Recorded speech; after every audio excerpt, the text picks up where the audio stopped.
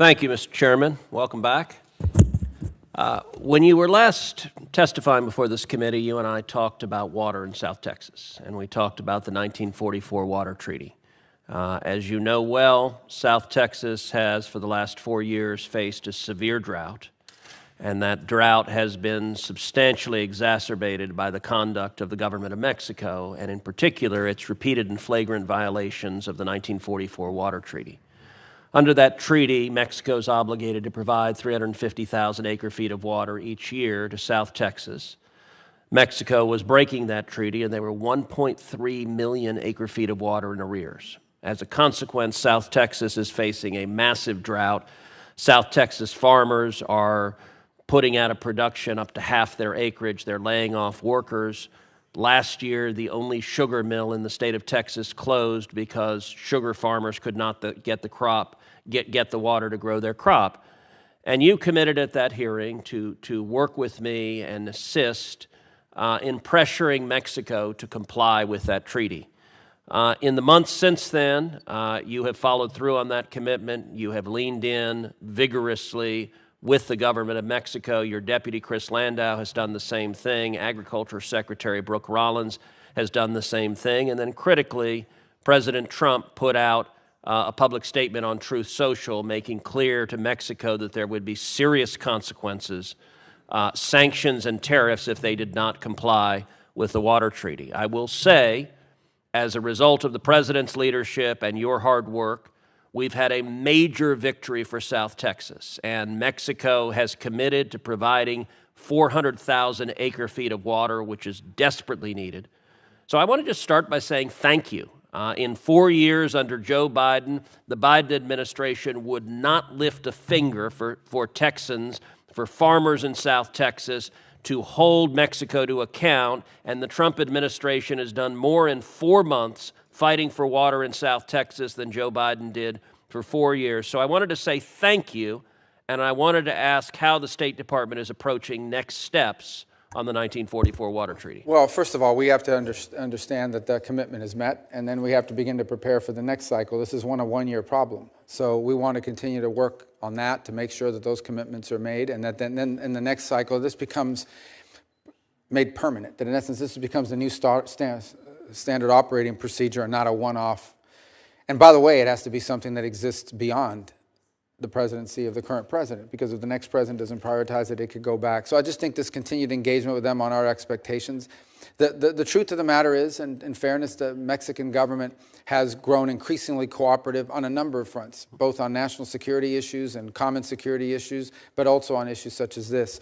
We're also happy, I think there's also the new treatment plant that they've opened, the Tijuana wastewater one, that we think will also be very helpful to water issues in the region and also to water quality issues. But this was a good news story. I think it's what happens when you make something a priority and then follow through on it. But we have to sustain it, and that really is our focus now, to sustain this through for future cycles, not just the short term. So, and I'll tell you, earlier this year, I went down to the Rio Grande Valley with Secretary Rollins. And in December, I wrote a provision in the continuing resolution that provided emergency relief to South Texas farmers, $280 million.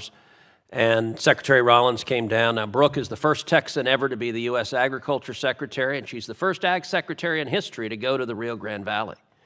And Secretary Rollins and I did a roundtable, and I will say, you and I have both been very focused on the Hispanic community in particular. I will say the impact in the Rio Grande Valley of having a president and an administration that is fighting for them is enormously consequential. And so I was very grateful that she came down, and the farmers and ranchers in South Texas see that they've got a president and an administration that's fighting for them. Let me shift to a different topic. Today, South African President Ramaphosa is in Washington, D.C.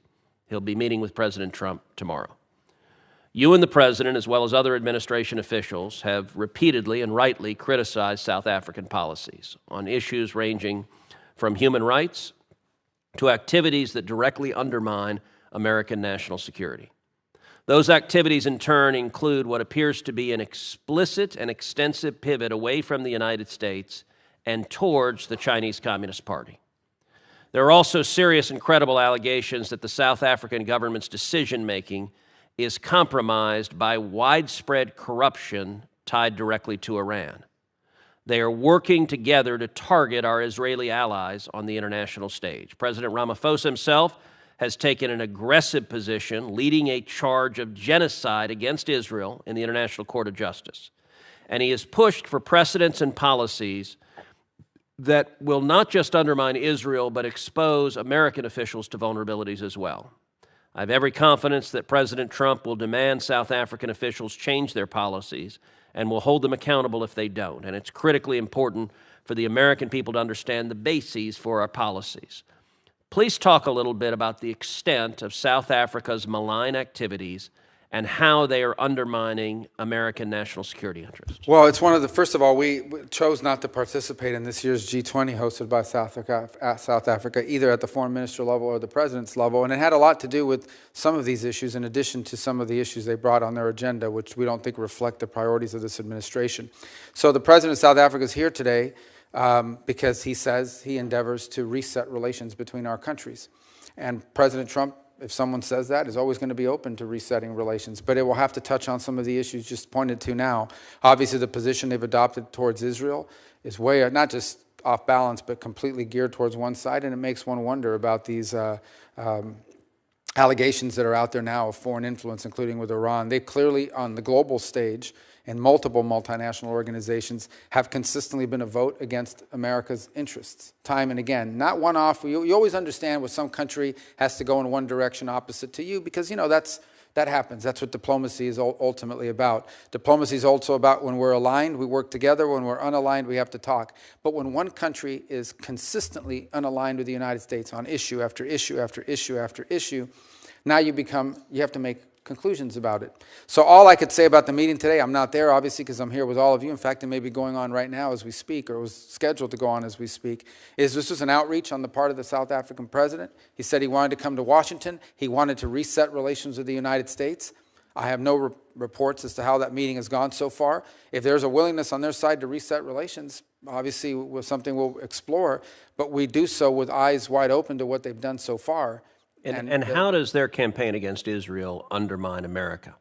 Well, I think, first of all, because it echoes some of the charges that are being made by some of the biggest enemies of Israel that happen to be ours, whether it's Iran, whether it's these radical groups that chant death to America, death to Israel. So we're very concerned about that. I also think there's real concern in our mind about some of these international institutions that, frankly, South Africa has lined up strongly behind, who would seek to, if they could, jail, imprison, indict American office holders because of some of the positions we've taken on public policy, even though we're not members to the conventions that create these entities. So if you talk about these groups they are in essence utilizing their forum on the national stage as a nation state under this president and this leadership to echo the claims and the positions taken by not just Iran, but in many cases China as well. Thank you.